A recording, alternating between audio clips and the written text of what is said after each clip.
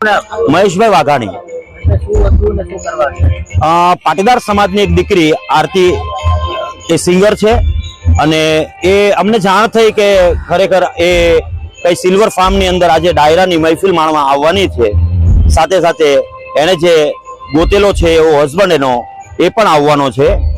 એટલે અમે બીજું કઈ એને કઈ કરવા એ સજા આપવા માટે નથી આવ્યા, અમે ફક્ત ને ફક્ત અમારા સમાજનો જે પ્રોગ્રામ છે એને કેન્સલ કરાવવા માટે આવ્યા હતા। અને આજે અમને એ વિરાણી પરિવારે એ ખૂબ લાગણી સાથે સુરાણી પરિવારે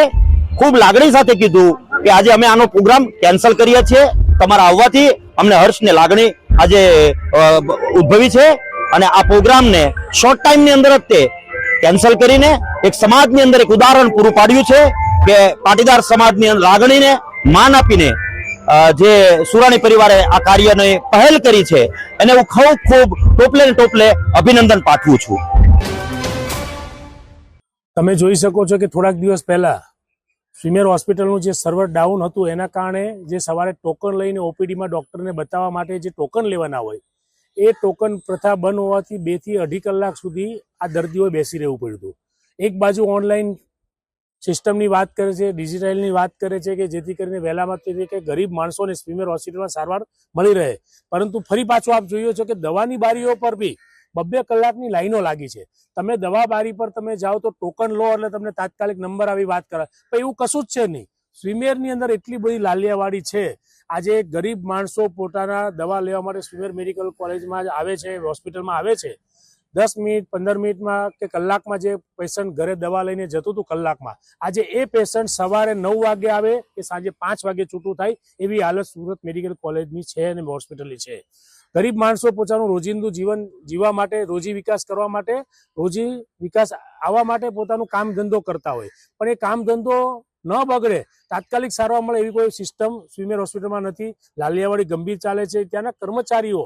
આવા ગરીબ માણસોને એવું કહેવામાં આવે છે કે તમારે ઉતાવળ હોય તો પ્રાઇવેટમાં દવા લઈ લો, આટલા સુધી અભદ્ર વર્તન ગરીબ દર્દીઓ સાથે કરવામાં આવે છે। દવાની બારીમાં લાઈન, તમે જાઓ તો કેસ પેપર કઢાવવા માટે લાઈન, ઓપીડીમાં ડોક્ટર બતાવવાની લાઈન, શા માટે નવા કર્મચારીઓ કરાર આધારિત કોન્ટ્રાક્ટના લોકોની ભરતી કરી અને આ સિસ્ટમને હળવી કેમ નથી કરતા? જે બારી હોય છે એમાં પણ અડધી બારીઓ બંધ હોય છે અને જે બારીમાં કામ કરનાર હોય એ મોબાઈલમાં ગેમ રમતા હોય છે। ક્યાંક ને ક્યાંક જે ગરીબ દર્દીઓ હોય છે એની સાથે ખૂબ જ ખરાબ વર્તન થાય છે। રિસેસ પહેલા કોઈ દર્દી દવા લઈને ઘરે નથી પહોંચી શકતો, એ આજે સ્વીમેર હોસ્પિટલની કરુણ દયનીય સ્થિતિ છે। તમે સ્વીમેર હોસ્પિટલમાં જાઓ તો તમને લાઈનોની લાઈન જોવા મળે અને આ એક ગરીબ દર્દીઓને માટે હું માનું છું કે ખૂબ શરમજનક બાબત સુરત મહાનગરપાલિકાની કહી શકાય। ગરીબ દર્દીઓને વહેલામાં વહેલી તકે સારવાર મળે, ઓછા સમયમાં મળે, જેથી ઘરે જઈ અને પોતાની રોજી વિકાસ માટે પોતે ધંધો કરી કમાવી શકે। સુરતમાં માથાભારે લોકો વારંવાર આમ જનતાને હેરાન પરેશાન કરતા હોય છે, ત્યારે ફરી આવા જ એક માથાભારેનો આતંકનો વિડીયો સામે આવ્યો હતો। વરાછા વિસ્તારમાં જાહેરમાં લોકો સાથે મારામારી કરતો રાણા દેવા સાટિયાનો વિડીયો સામે આવ્યા બાદ તાત્કાલિક પોલીસે તપાસ હાથ ધરી રાણા દેવા સાટિયાને ઝડપી પાડ્યો હતો અને તેને કાયદાનું ભાન કરાવ્યા બાદ ગુનાવાળી જગ્યાએ લઈ જઈ સરઘસ કાઢી કાયદાનું ભાન કરાવ્યું હતું।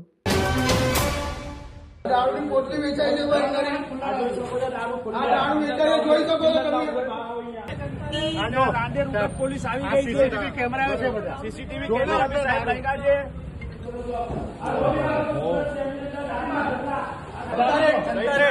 આ જનતા બેન છે કોંગ્રેસ પાર્ટી તરફથી કેટલા સમયથી જતા રહે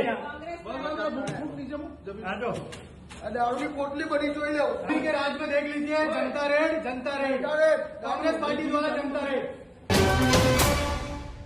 सूरत सिटी के माननीय सीपी श्री अनुपम सिंह गहलोत सर की सूचना मुजब यहाँ वाई जंक्शन पर लोकल पुलिस और एसओजी की टीमें व्हीकल चेकिंग न्यू ईयर के अनुसंधान में कर रही है, जिसके अनुसार हम ये इंश्योर करना चाह रहे हैं कि न्यू ईयर का सेलिब्रेशन एक सुरक्षित और शांतिपूर्ण तरीके से हो सके, जिसमें कि लोग सभी अच्छे तरीके से एंजॉय कर सके। और यहाँ पर हम अभी ब्रेथ एनालाइजर लेकर के रखे हैं और साथ ही साथ 3 फोरेंसिक मोबाइल वैन्स भी हैं, जिसमें कि ANTF के द्वारा दिए गए